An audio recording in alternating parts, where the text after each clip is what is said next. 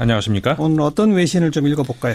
네, 지난주 영자 시사 매거진인데요. The Diplomat이라는 그 매체에 권위지죠? 예. 네, 그렇습니다. 브뤼셀 자유대학의 한국 석좌죠. 라몬 파르도 교수의 기고문이 실렸습니다. 예. 최근 눈 깜짝할 사이에 동아시아 정세가 변하고 있는 때에 지금까지 국제사회 많은 나라들이 펴온 대북 정책, 그다음에 현재의 상황 이런 것들을 정리를 하면서 한국의 대북 정책을 평가하는 그런 글이었습니다. 네네. 요약을 하자면은 역시 압박과 관여 그 사이에서의 교차다 이렇게 할 수 있는데요. 그런데 이제 현재 한국 정부의 압박과 관여가 과거와는 다르다 뭐 이런 내용이었습니다. 파르도 석좌는 지난해 한반도 주변에는 소위 블러디 노즈 그러니까는 코피 전략이라고 하는 북한에 대해서 이제 공격 가능성에 대해서 많은 공론이 벌어졌던 한 해였다면은 예. 올해는 남북 회담 그리고 최초의 북미 회담이 이루어질 수 있는 상황까지 왔다 이렇게 정리를 하면서 그렇죠. 이런 변화의 요인 중에 가장 돋보이는 것은 역시 문재인 대통령이다 이렇게 설명을 하고 있습니다. 문재인 대통령을 역시 중심에 놓고 보는군요. 네. 우선 그 라몬 파르도 교수 어떤 사람이죠? 그 원래는 영국의 킹스 컬리지 런던 대학 교수였는데요. 예. 그 우리나라에서 저기 처음으로 유럽에 처음으로 그 한국 석좌를 만들었죠. 브뤼셀 대학이. 네. 예. 그래서 브뤼셀 대학에다가 이제 그 자리가 만들어졌는데 유럽 처음입니다. 그래서 한국 석좌가 만들어지면서 임용된 것으로 지금 돼 있는데 예. 유럽에서 보기 드문 한국 관련 전문가군요. 네. 그런데 이제 한국 정부의 대북 정책이 과거에 비해서 달라졌다라고 지금 아까 말씀하셨잖아요. 네네. 뭐가 달라졌다는 겁니까? 일단 관여와 협력에 레이저 같은 초점을 맞췄다 이렇게 표현이 되어 있는데요. 파르도 석좌는 10년간의 보수 정권 이후에 들어선 문재인 정부가 그 이전에 진보 성향 대통령들 그러니까는 김대중 노무현 대통령의 햇빛 정책을 따랐다. 근데 문 대통령은 차이점이 있다 이렇게 밝힌 겁니다. 그게 중요하죠. 네. 과거 햇볕 정책과 어떤 차이가 있느냐.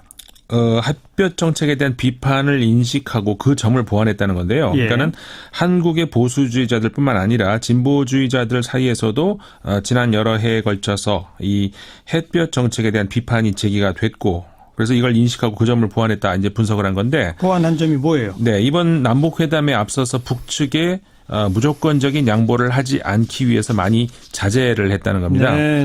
그러니까 대선 캠페인 당시에 문재인 대통령은 대북 경제 지원 재개를 공약으로 내세웠지만 이후에 경제 지원은 최소한에 머물렀다. 이 점을 들고 있는 겁니다. 예. 그래서 이제 파르도 석좌에 따르면은 그 이유가 과거 진보 성향 정부에서 경제적 지원이 너무 컸다는 논리로 한국 사회에서 역풍을 맞았기 때문이라는 겁니다. 이른바 퍼주기 논란이죠. 네. 예. 그래서 대북 지원 사업에 신중한 자세로 임하고 또 다음 달 정상회담 개최를 이 평양이 아닌 중립지역이죠. 판문점에서 한 것도 문 대통령이 이런 신중한 행보하고 관련이 있다는 겁니다. 판문점에서도 우리 남측 구역에서 하잖아요. 네. 예. 다시 말하면 이 지금 단계에서 평양으로 가는 모습이 이 반대 세력에게는 그 북한 정권과 북핵 프로그램을 인정하는 것으로 묘사될 수 있는 네. 그럴 가능성, 논란을 처음부터 차단하기 위한 것이라는 거죠. 아하. 그리고 이제 두 번째가 뭐냐면은 이제 미국과의 관계라는 겁니다. 그렇죠. 대미 관계인데 예. 남북 문제가 항상 그랬듯이 남북 간의 문제로만 해결이 되는 게 아니라 미국과의 관계가 항상 중요시됐다는 걸 이걸 네. 인식하고 있다는 겁니다. 그러니까 과거 정부는 남북 관계가 잘 되다 보면 한미 관계가 틀어지는 경우도 있고 막 그랬었는데 그랬죠. 문재인 정부는 그러지 않으려고 지금 노력하고 있다 이거죠? 네, 그렇습니다. 예. 그래서 이제 파르도 석좌는 한국의 대북 정책에서 대미 외교가 이제 결정적이기 때문에 문재인 정부도 이 점을 이제 중시를 하고 있다 이렇게 보는 건데 네. 과거 사례들을 잘 봐온 문재인 정부 특히 그 과거에 이제 노무현 대통령 당시 참모로 있었지 않습니까? 그렇죠. 그래서 한미 관계라는 변수를 바로 옆에서 봐왔기 때문에 네. 이런 경험을 해본 그 문재인 대통령은 미국과의 그 외교 관계에 최선을 다하고 있다 이렇게 보고 있다는 거죠. 네. 그래서 이런 예를 들고 있습니다.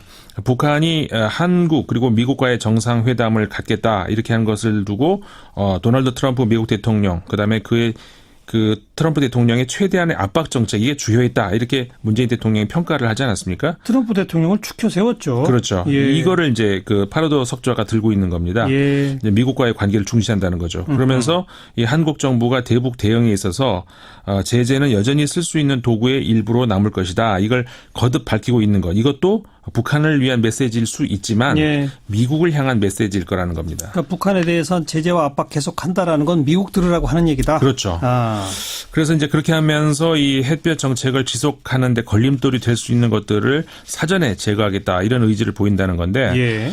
파르도 교수는 이 트럼프 대통령이 김정은과의 정상회담이 이렇게 빨리 동의할 줄은 아마 한국 정부도 미처 기대하지 않았을 수도 있다. 그렇겠죠. 이렇게 하면서 예. 하지만 이제 문재인 정부는 그 그러니까는 미국 측의 관계자들과 협의를 계속하고 이 북미 정상회담이 성사될 여건이 조성되도록 노력을 하고 있었던 점만은 분명하다. 이렇게 평가를 하고 있습니다. 실제로 작년엔가 그 북한에 도발이 있을 때 문재인 정부가 바로 그 군사적 대응 행동을 했지 않습니까? 그렇죠. 이런 것도 미국 정부에 신뢰를 주는 거였죠. 네, 그렇죠. 예. 근데 그래서 이제 북한에 대해서 또 미국에 대해서도 꾸준한 신뢰를 줬기 때문에 반년 동안에 탐색을 해오던 북한도 대화에 나설 수 있게 된 거고 또 미국도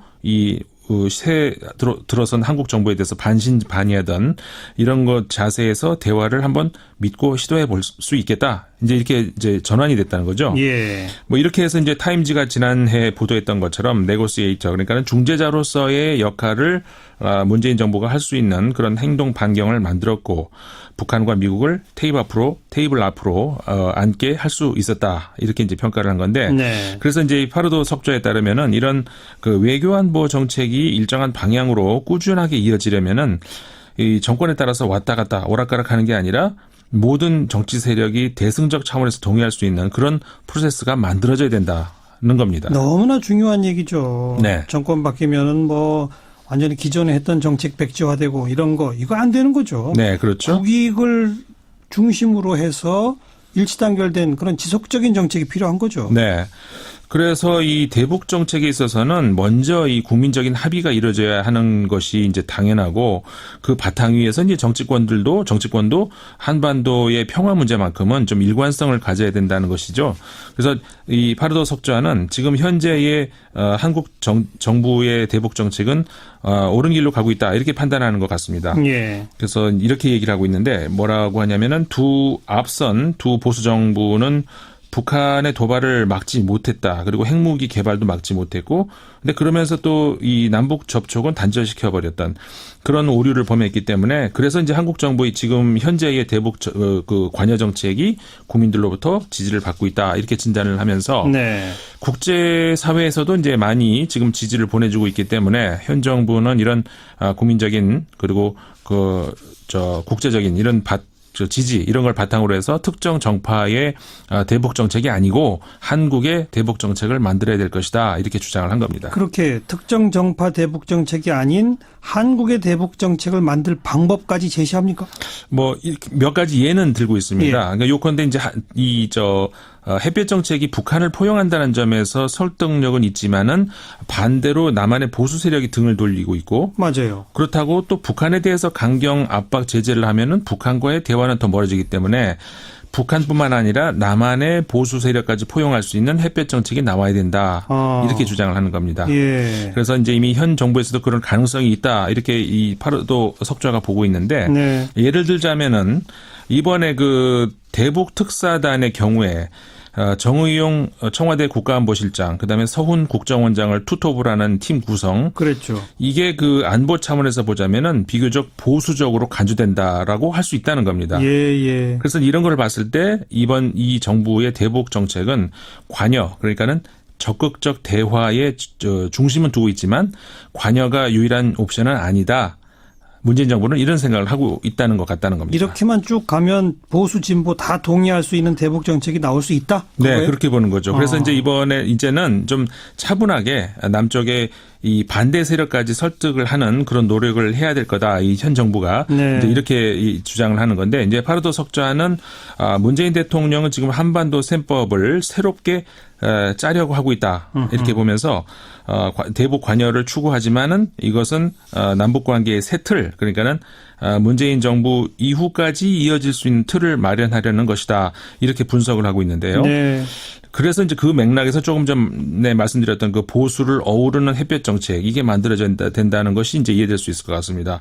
그래서 이렇게 새 틀을 짜는 작업은 시간이 많이 걸리지 않겠습니까? 당연하죠. 그렇기 때문에 그래서 문재인 대통령이 임기 임기 초반에 김정은 정권과 정상회담을 하려고 하는 것이다. 이렇게 이제 해석을 한 겁니다. 그렇죠. 정상회담이 마무리가 아니라 이제 시작인 거니까. 네. 예. 그래서 이제 문재인 정부가 이제 4월 남북 정상회담 때 이루어진 합의를 이행할 시간을 남은 4년을 이제 갖게 되지 않겠습니까? 그렇죠. 그래서 그 4년 동안의 대북 정책을 통해서 일정한 성과가 나온다면은 차기 대통령이 이거를 쉽게 네. 이런 합의를 어기지는 못하게 될 것이다. 이렇게 주장을 하는 거죠. 노무현 정부 때 그 두 번째 남북 정상회담 했습니다만 네. 그게 퇴임 얼마 안 남겨놓고 했기 때문에 결국은 아무것도 안 됐잖아요. 그렇죠. 그런 일이 반복되지 않기 위해서 지금 정상회담을 일찍 하는 거다 이런 거죠. 네, 그렇죠. 예. 그래서 이제 그 차기 대통령이 선출될 때까지 이루어진 그 문재인 정부의 4년간의 협력 이거는 이제 그렇게 잘 되면은 번복되지 않을 것이다, 힘들 것이다 이렇게 보는 것이죠. 예. 이와 함께 이제 문재인 대통령이 지금 그렇게 하고 있듯이 앞으로의 한반도 문제는 우리 운명인 만큼 우리가 주도권을 쥐고 개척을 해야 되고 그게 앞으로 들어설 차기 정부에서도 이어져야 된다. 이런 신념을 가지고 문재인 정부가 일하는 것 같다. 이렇게 이제 보고 있다는 겁니다. 네. 이렇게 얘기합니다. 그대로 제가 옮겨드리면은 문재인 대통령은 한반도 문제에 있어서는 앞으로는 한국이 확실히 운전석에 앉도록 하는 유산을 마련하는 데 열중하는 모습이다. 이렇게 이제 평가를 하면서 예. 한국의 보수주의자들은 때때로 남북 관계를 희생시켜서 미국과의 동맹을 관리하는 데 더 관심을 갖고 있는 것 같다. 그렇죠. 이렇게 얘기를 하면서 이렇게 될 경우에 이제 좀 중요한 얘기를 하고 있는 것 같은데 예. 코리아 패싱이라고 하는 것도 바이패싱 오브 사우스 코리아 이렇게 얘기를 하는데 예.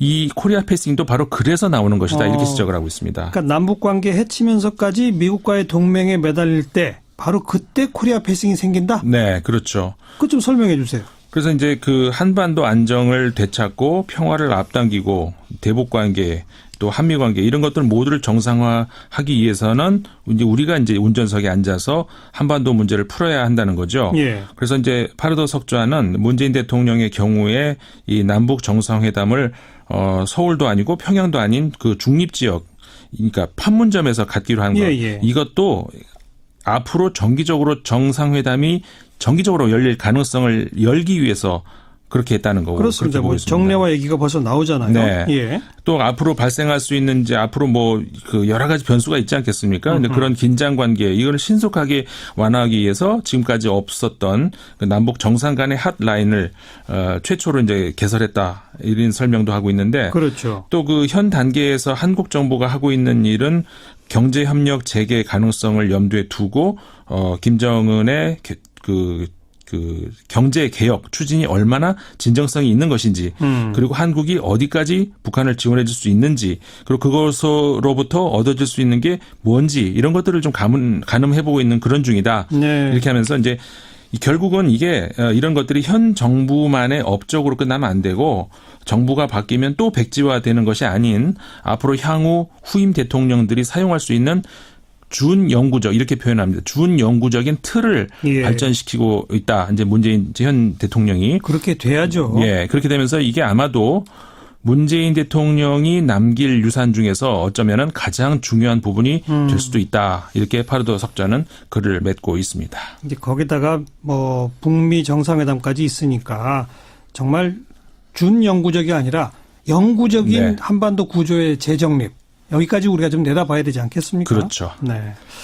조금 다른 소식 하나 볼까요? 네, 지난주에도 제가 그 패럴림픽 관련 외신보도 전해드린 적이 있었는데, 지난 일요일 패럴림픽 성공적으로 마치지 않았습니까? 그렇죠. 그래서 이제 패럴림픽도 이 남북 대화처럼 좀 전에 우리 나눈 것처럼 단발성 행사로 그칠 게 아니라 향후 좀 계속 주목받을 수 있는 준영구적인 틀을 마련해야 되면 하면 어떨까? 네. 이런 고민을 좀 해봐야 되지 않겠습니까? 예. 근데 독일의 한 언론이 아주 기발한 아이디어를 냈습니다. 그래서 이제 이게 참 공유해보고 싶어서 제가 가져왔는데 네.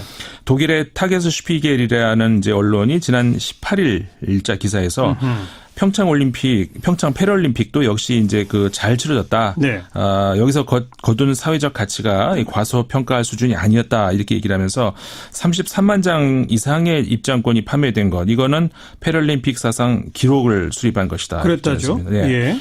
이제 뭐 우리 대통령도 특별히 생방송 분량을 좀 늘려달라고 방송국에도 요청하지 않았습니까? 그랬죠. 공무원들도 업무 시간에도 관람하도록 하고 이런 거 있었는데 예. 이 신문은 이 패럴림픽 조직위가 입장권의 가격을 낮춘 것, 그다음에 학교에서 단체로 관람하도록 한 것 이런 것들을 굉장히 높이 평가하더라고요. 예. 그러면서 이제 대성공했다 이렇게 평가를 하면서 앞으로도 더 많은 인정을 받기 위해서 이게 이번으로 끝날 게 아니라 예. 이 패럴림픽을 올림픽 이후에 열지 말고 올림픽하고 동시에 개최하는 것 이거 고려해 볼 수 있다. 올림픽과 패럴림픽을 동시에. 네, 올림픽 지금 끝나고 하지 않습니까? 예. 그러지 말고 같이 하자는 거죠. 아하. 그래서 같은 경기장에서 같은 관중 앞에서 장애인과 비장애인이 같이 스포츠 축제를 동시에 개최하면 어떻겠느냐. 이거 좋은 아이디어인데요. 그러니까 이거 저는 이 기사를 보면서 개인적으로 아주 찡하는 전율이 오더라고요. 네. 이렇게 했을 때 정말 올림픽의 정신, 그다음에 인류의 가치가 더 빛나지 않겠습니까? 그렇죠. 네. 같은 경기장에서 아이스하키 하고 그다음 또 장애인 아이스하키 또 하고 네. 그럴 수 있는 거죠. 그렇죠. 예를 들어서 같은 경기장에서 이제 컬링 같은 경우에도 동시에 여러 개가 그러니까요. 이룰 수 있으니까 같이 하자는 거죠. 한번 생각해 봅시다. 국제올림픽위원회에 제안합니다. 이렇게. 네. 네, 수고하셨습니다. 네, 감사합니다. 밖에서 본 한국이었습니다. 국제문제평론가 인문결연구소의 임상훈 소장이었어요.